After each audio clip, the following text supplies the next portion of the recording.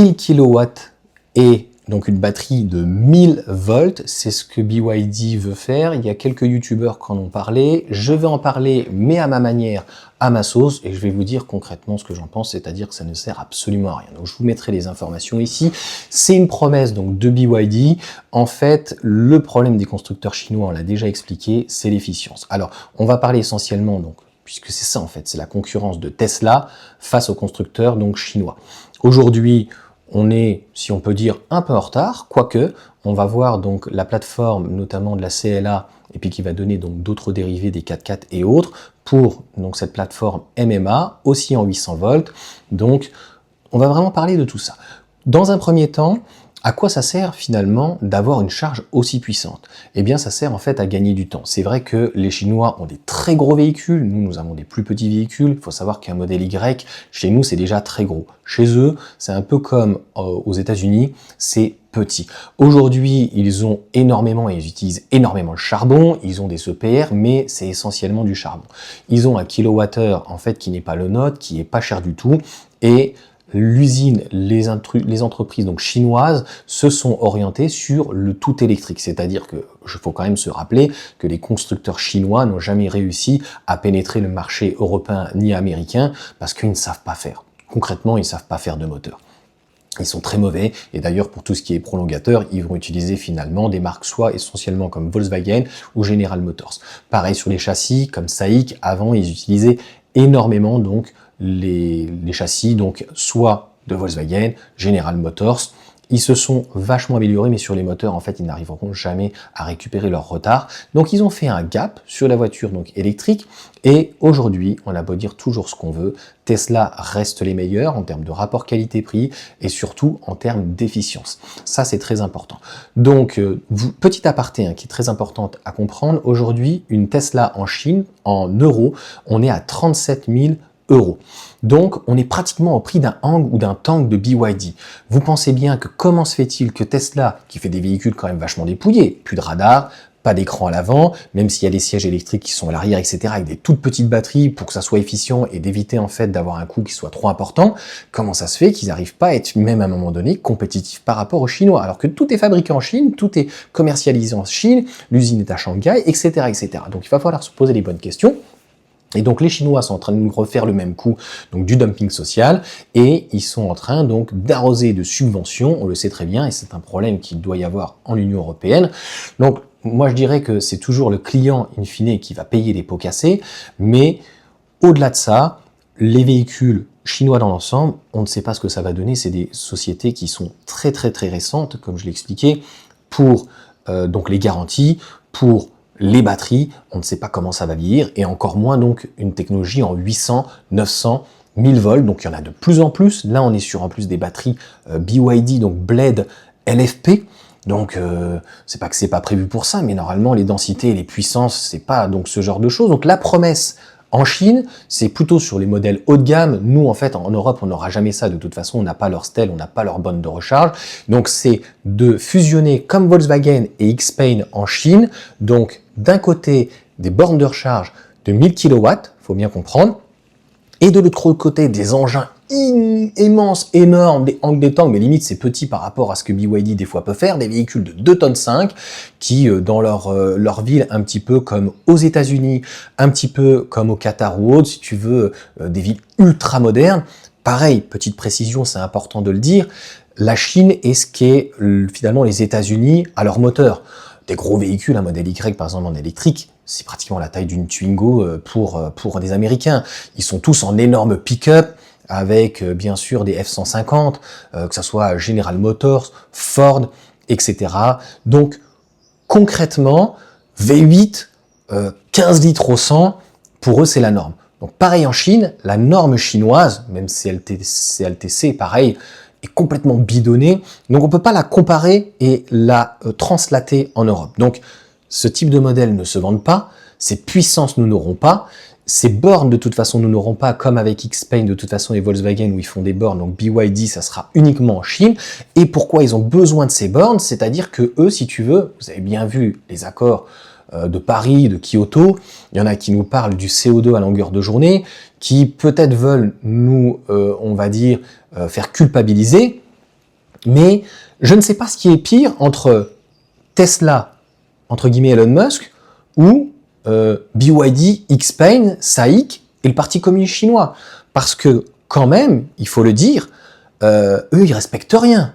Ils respectent pas les droits salariaux, ils ne respectent aucune norme, le kilowattheure, l'électricité chez eux est créée essentiellement par du charbon. Donc, si tu veux, ils y vont à tour de bras, hein, les batteries, etc. Donc, qu'on s'en serve et qu'on déplace le problème, c'est déjà un problème en soi. Mais qu'on participe un peu à ça, il faut au minimum, en tout cas, en avoir conscience. C'est très important. Je vois de plus en plus de youtubeurs, je te dis, faire la promotion de certaines choses, mais en termes d'efficacité, c'est un peu dégueulasse. Quand tu vois donc un modèle Y aujourd'hui, c'est 500 km WLTP avec une batterie de 62,5 kWh. Le G6, c'est 435. Mais je crois que c'est pas mieux forcément la BYD Sea Lion. Je vous avais fait une vidéo en vous mettant donc les informations des fer Android. C'était catastrophique, 28 kWh pour un char comme ça. C'est un véhicule qui est très bien. Je pourrais éventuellement vous en parler et vous faire une vidéo, puisque les Bronzés du Nord, donc il a, Johan, une société, il s'appelle comme moi, il a le même prénom, et c'est écrit de la même manière, il a une société donc à côté de Fréjus, je crois que même c'est Fréjus ou Puget, j'ai un doute, où donc il fait que des voitures, des choses électriques, et normalement je crois que je me demande si c'est pas chargé avec des panneaux photovoltaïques, enfin voilà, tout est vraiment très bien fait donc chez lui, et je verrai avec le TOCF si voilà, ils peuvent franchement faire quelque chose, j'irai donc chez lui, et donc son papa, Hubert, connaît Tesla, il a eu des Tesla et donc il a une BYD. BYD, Xpeng, même éventuellement SAIC sont très confortables. Mais ils sont dans le gaspillage. Donc concrètement, ils y vont à tour de bras. Nous n'avons pas la chance aujourd'hui, nous sommes sur le marché européen où le kilowattheure est extrêmement cher, nous avons plus notre indépendance. Nous avons des constructeurs aujourd'hui qui sont le cul entre deux chaises, entre le thermique et l'électrique. Donc on espère qu'à un moment donné, ils vont réussir à faire un choix en tout cas stratégique, ou de séparer, peu importe, comme Renault peut faire, etc., etc.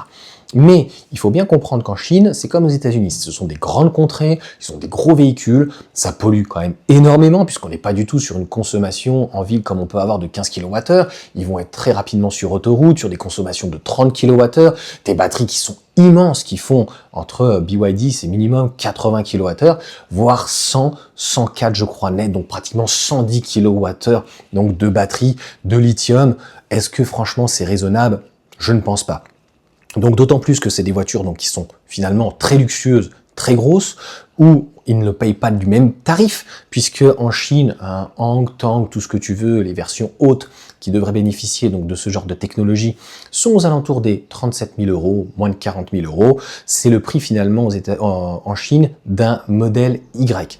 D'ailleurs, il faudra se poser les bonnes questions. Comment ça se fait que les constructeurs chinois, sur leur propre marché, arrivent à avoir des prix beaucoup moins chers, alors que Tesla, si tu veux, c'est le constructeur hors Chine, limite le plus chinois, bien avant même limite Volkswagen maintenant, ou certains constructeurs donc historiques qui pouvaient y avoir ou quoi. Donc il faut se poser les bonnes questions, même si Volkswagen arrive à faire, mais il le brade complètement, l'ID4 à 19 000 euros. Je sais que Tesla fait des marges quand même très importantes, mais il n'arrive plus ou n'arrive pas forcément toujours à être concurrentiel. Donc il faut bien comprendre que, et l'Union européenne l'a très bien dit là-dessus, ils sont pas parfaits, mais ils nous l'ont dit, les constructeurs chinois sont extrêmement subventionnés, ils tournent au CO2, c'est juste catastrophique. Donc si tu veux, les gens en France qui te font de la démagogie en te disant Tesla, je ne veux plus par idéologie, et moi je préfère un constructeur chinois qui, si tu veux, ne respecte aucun accord. Aujourd'hui, les accords de Paris, machin, ils respectent rien, ils respectent pas les normes. Si, les seules normes qu'ils respectent, on va dire, c'est les normes, on va dire, européennes en termes de sécurité. Mais pour la fabrication, pour la consommation des véhicules, ce sont de véritables tanks, 30 kWh, donc eux, ils ont besoin de ce genre de technologie. Ils ont besoin donc d'un véhicule qui est finalement pas du tout efficient, qui va cramer énormément d'électricité, donc de kWh, et finalement qui va devoir se recharger vite, parce que toutes les 2 heures, tu vas devoir t'arrêter sur des longues contrées comme aux États-Unis. Nous n'avons pas de longues contrées, nous ne sommes pas le Canada. Donc en gros, même je dirais le Québec, limite, et peut-être même il est plus grand, je crois, mais tu m'auras compris, on n'a pas la même physionomie. Donc, les gens, ils partent 2 fois dans l'année. Une petite batterie comme Tesla propose en LFP de 62,5 kWh, ça suffit largement. Donc, demain, quand Tesla, l'année prochaine, l'année suivante, va proposer donc un 10-100% que tu pourras faire limite en LFP pour gagner éventuellement un petit peu de temps, et donc on te dira plus « Ah, s'il vous plaît, arrêtez à 80 parce que c'est inutile et que tu pourras pousser jusqu'au fond », eh bien, tu feras en 15 minutes. En 10-15 minutes, ça suffit largement. Moins de 10 minutes, et donc vouloir essayer de concurrencer notamment le pétrole, il n'y a aucun intérêt. Franchement, t'as même plus le temps d'aller pisser, grossièrement. Je suis désolé d'être grossier, mais c'est la même chose de l'argumentaire d'avoir des batteries qui sont énormes pour avoir des WLTP de plus de 600 km. Aujourd'hui, un WLTP de 600 km avec 300-350 km sur l'autoroute, ça suffit largement. Une Model 3 aujourd'hui fait plus de 700 km. J'avais fait une vidéo, j'avais été le premier à donner cette info.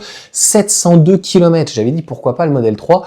Il pourrait même réduire la batterie. Et à partir du moment où on arrive à recharger ce type de batterie entre 75 et 80 kWh en utile net, en 15 minutes, un 10-80, et donc limite qu'on pourrait tirer jusqu'à 100%, et surtout de la batterie LFP, avec ses qualités et ses défauts. Attention, à recycler, a priori, c'est moins bien que le nickel, manganèse, cobalt.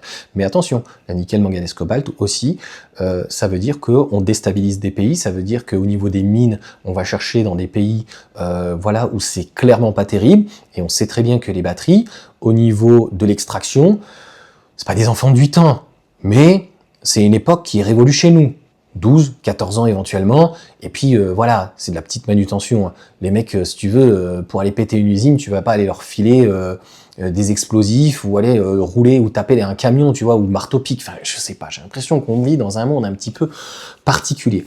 Donc pour moi, je trouve que en Europe, c'est complètement inutile.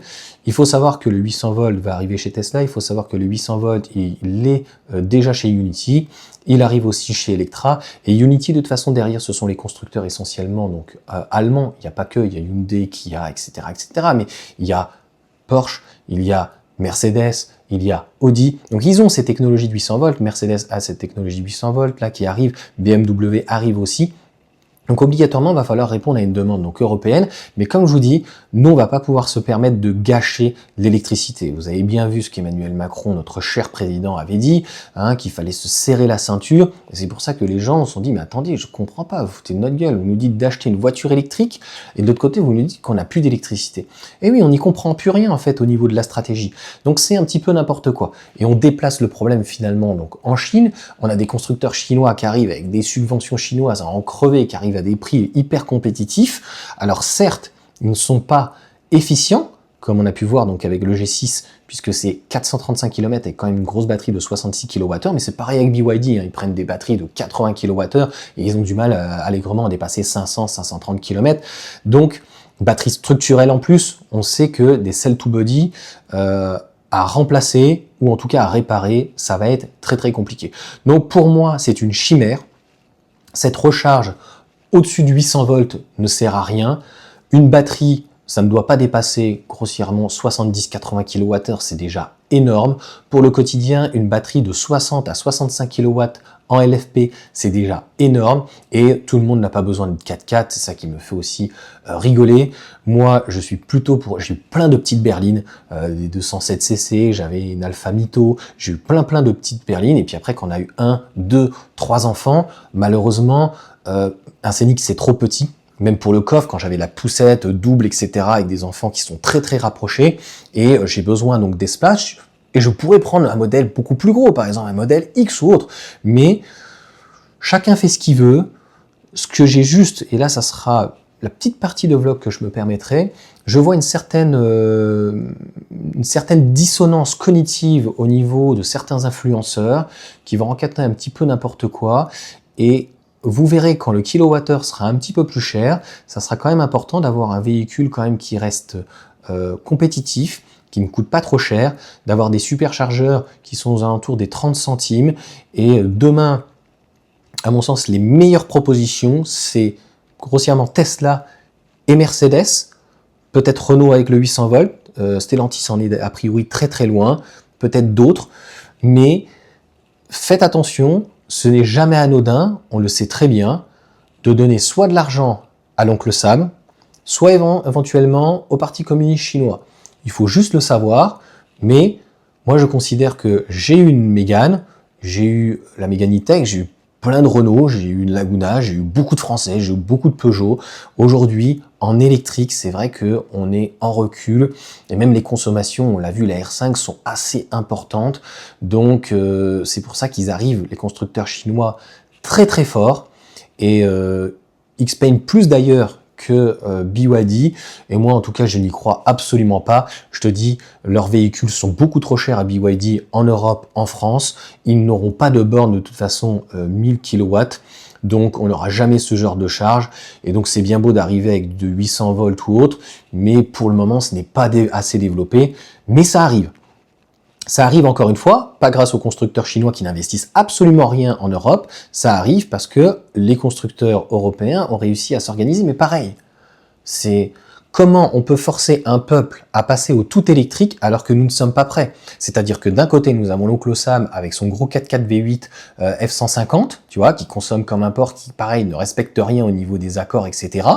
Et de l'autre côté, qui soit démocrate ou républicain, et de l'autre côté, que c'est toute cette déontologie à la con, faut arrêter. Et de l'autre côté, le Parti communiste chinois qui utilise donc de l'électricité, essentiellement un petit peu de PR vite fait de centrales nucléaires, mais c'est essentiellement des centrales à charbon. Donc c'est la même chose en fait en Allemagne. Donc la bonne stratégie, elle était la note, centrale nucléaire, voiture électrique, il faut ouvrir des mines et il faut des véhicules qui soient en tout cas beaucoup plus efficients. Un véhicule électrique pour tous les jours, il ne devrait pas dépasser 10 kWh. Voilà.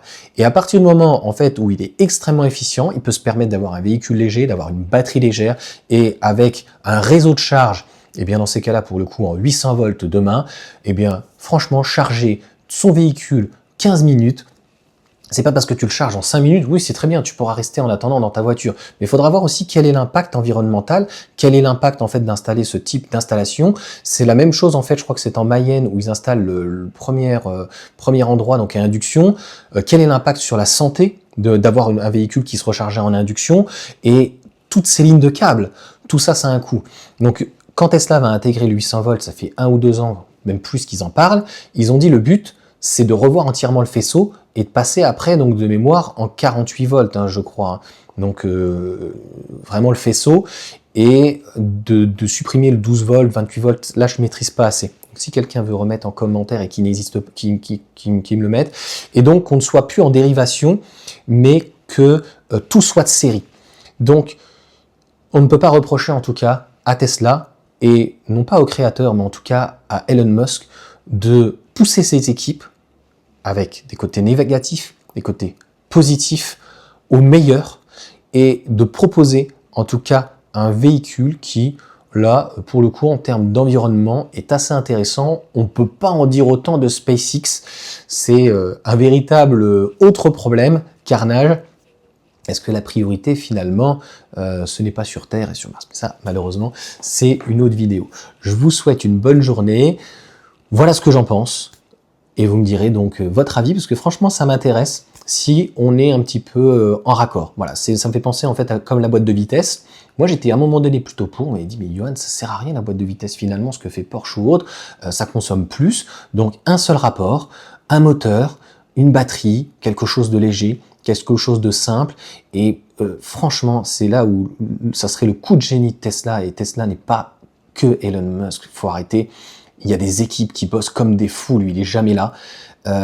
Franchement, remercions Tesla de s'il nous propose une citadine ou une compacte de 4 mètres, 4 mètres 10, 4 mètres 30, mais j'espère qu'a priori, on s'entend de un petit cybercab avec une batterie LFP de 50 kWh, et en plus si on passe sur du 800 volts, eh bien c'est de pouvoir démocratiser la voiture électrique, et personne ne l'a fait. Même Renault en fait avec sa R5, c'est ce qu'il devait faire. Personne n'a pour le moment démocratisé. Si, peut-être Hyundai avec l'Inster éventuellement, mais on n'a pas un petit véhicule à moins de 30 000 euros, et au-delà d'être abordable, c'est surtout qu'il soit polyvalent, qui nous apporte de la polyvalence pour le quotidien, mais aussi pour les longs trajets. Bonne journée à tous.